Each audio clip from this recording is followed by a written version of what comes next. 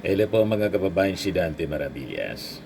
So before natin na pag-usapan yung mga topics dito sa ating Life with Dante M, ang ating pakiusap muna sa mga supporters ng ating gobyerno, lalo yung ating mga Marcos loyalists, paki-like and share naman po ninyo ng ating channel. At yung mga videos natin, i-share ninyo sa inyong mga kaibigan para malabanan po natin yung fake news. Kasi yung kampo ng mga DDS, mga kababayan, massive sila sa pagpapakalat ng fake news. Imagine, binalita kahapon mga kababayan na nasa ICU si Juan Ponce Enrile. Maya-maya ay nagpakalat na patay na daw po si Enrile. Kaya napilitan na magpalabas po ng official statement yung kanyang anak. Ito, si Katrina Ponce Enrile. Official statement. My father, Juan Ponce Enrile, remains in the ICU where he is currently being treated for pneumonia. He is under the dedicated care of his attending physicians and medical staff who are providing him with the best possible treatment and attention. We are deeply grateful for the concerned prayers and support extended to our family during this time. Thank you very much. Advance kayo kasi mag-isip at mahilig magpakalat ng fake news. Yan Veronica Duterte, RIP Ponce Enrile. Former Senate President Juan Ponce Enrile has died. Kaya sabi po ni Tiyatan, may official announcement na ba galing sa pamilya? Kasi pakalat kaagad sila, mga kababayan ng fake news, napatay na si Johnny Ponce Enrile. Yan Veronica Duterte. Tapos ito Daily Tribune. Kaya sabi ni Benji Contreras, isang Marcos loyalist, fake news na naman itong Daily Tribune na isang mouthpiece ng mga pro-Duterte. A public apology must be issued by the Daily Tribune immediately. As expected, the opposition paper Daily Tribune would marvel at news such as this before they check their facts, in this case, their source of the Senate, at the Senate. This is careless, gutter-level journalism. Pati yung aming dating congressman na biktima ng Daily Tribune, sineryo na balitang yon. Pero bote na lang siguro, may nag-advise kay dating congressman Joey Sarte Salceda, fake news anya yan, tinanggal yung kanyang post. Kaya nagpalabas mga kababayan ng statement yung kanyang pamilya, yung kanyang anak mismo, si Katrina Ponce Enrile. Yan Sabi niya, yung kanyang tatay is receiving best possible treatment sa ICU niya. He is under the dedicated care of his attending physicians and medical staff are providing him with the best possible treatment and attention. Pinakalat agad after na i-announce mga kababayan ni Jingo Estrada doon sa Senado na nasa ICU niya at saka critical ang kalagayan, masama yung kalagayan. Pero hindi pa man po patay, nag-offer nga ng prayers yung mga senador kahapon. Masyado kayo. Hindi ba naninindig yung mga balahibo ninyo na yung tao buhay pa, dinapakalat ninyo na patay na? What if gawin yon sa inyo ng inyong pamilya? Halimbawa si Digong, ipakalat natin na patay na si Digong. Di ba? Magagalit kayong mga DDS. And tayo po naman mga kababayan, bilang mga Kristiyano dapat, huwag tayong nag-wish ng masama sa ating kapwa, lalo sa ganitong may sakit. Halimbawa pa si Digong walang sakit, matanda na. Di ba? Kami po, hindi kami nag-wish na si Digong po mamatay agad. Sana nga malampasan pa yung edad mga kababayan ni Johnny Ponce Enrile ni Digong.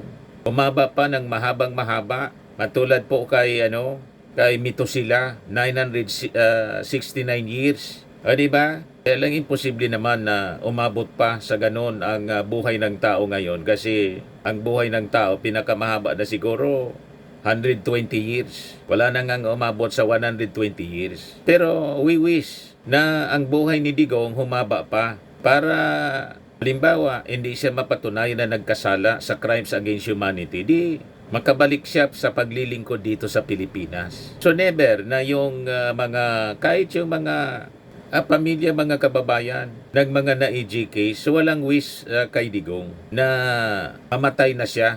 Di ba? Pero ito pong kampo ng mga DDS po, buhay pa yung tao, pinapatay na ninyo. Maya naman kayo sa sarili ninyo kung may natitira pang hiya sa inyo. Kaya lang ang problema, wala na pong natitirang hiya sa kanila. Lahat po nasa kanilang dibdib, mga kababayan.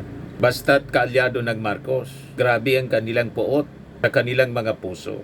Yan ang matindi, mga kababayan, ngayong panahon. Sa bagay, sabi nga natin, as prophesied in the Word of God, ganun ang magiging pag-ugali ng mga tao in the last days. Yan ang description ng mga pag-ugali ng tao in the last days as described in 2 Timothy chapter 3, verse 1 to 5. This know also that in the last days perilous times shall come, for men shall be lovers of their own selves. Lahat lang makasarili, covetous, boasters, mga mayayabang, proud, blasphemers, disobedient to parents, unthankful, unholy, without natural affection, truce breakers, false accusers. Ang dami niyan ngayon. Incontinent, fierce, despisers of those that are good, traitors, heady, high-minded, lovers of pleasures more than lovers of God. Yan ang mga walang awa, mabangis. Yan Yan ang sakto na description ng mga pag-ugali ng tao. Makikita ninyo yan ngayon sa ating paligid. Tuwang-tuwa pa sila na ibalita, mga kababayan. Ipakalak na si Manong Johnny Enrile patay na. Buhay na buhay pa po si Manong Johnny.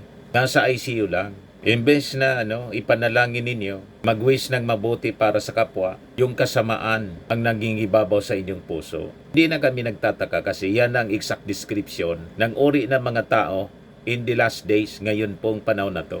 At mga sinungaling, mahilig sa fake news.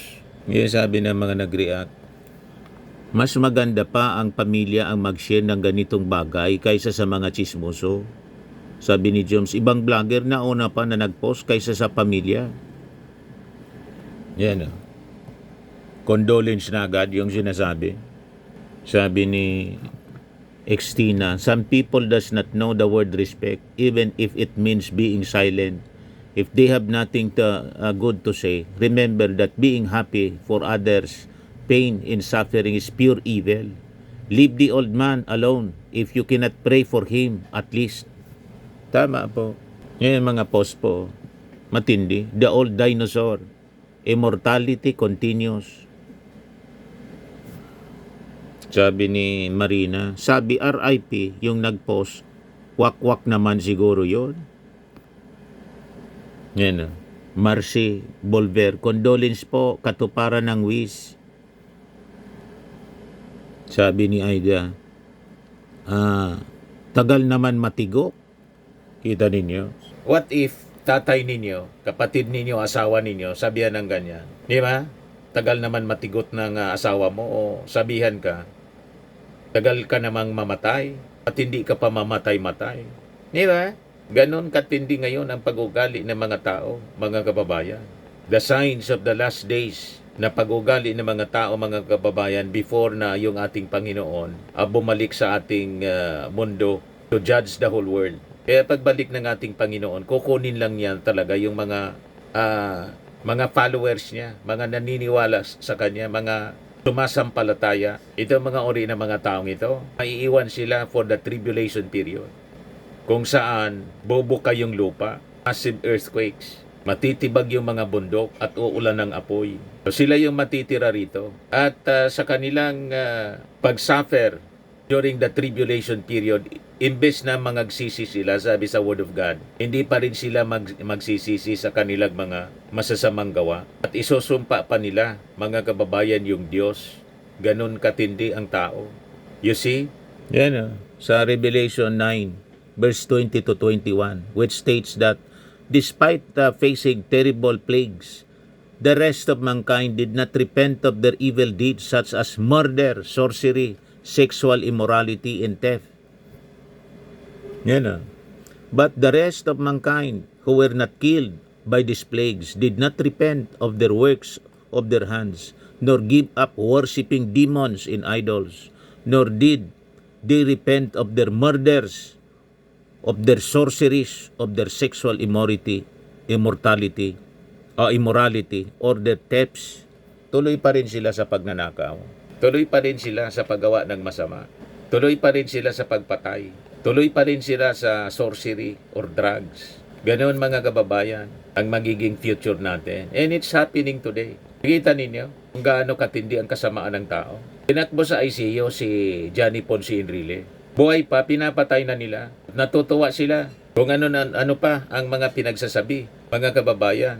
Imbes na manahimik o manalangin para sa recovery ng tao, mga pangalipusta, ang insulto, ang maririnig mo sa kanila. Makita ninyo mga reactions po. Mga laughter ang makikita ninyo mga reactions. Anong klase mga taong ito? Exact description of the people in the last days.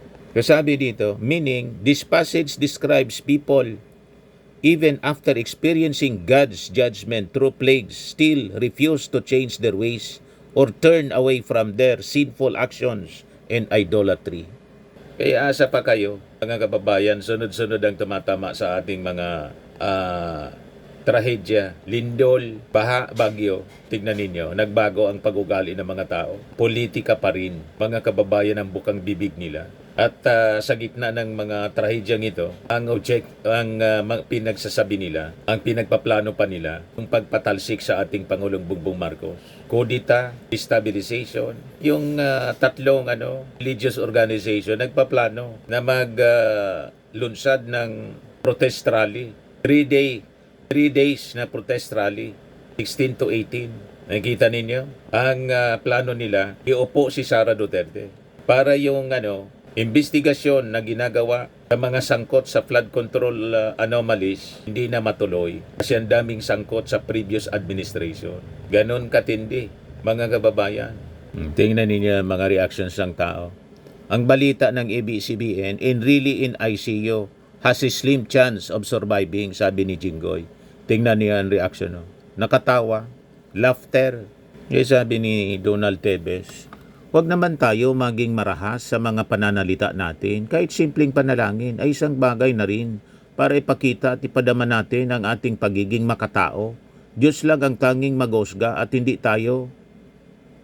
Sabi ni Rafi Valencia, I'm not pro Enrile, but I feel the pain of a loved one on seeing her dad on this condition. I am praying to our Lord to ease his suffering due to his sickness and be able to recover. Yan ang mga tamang reaksyon dapat.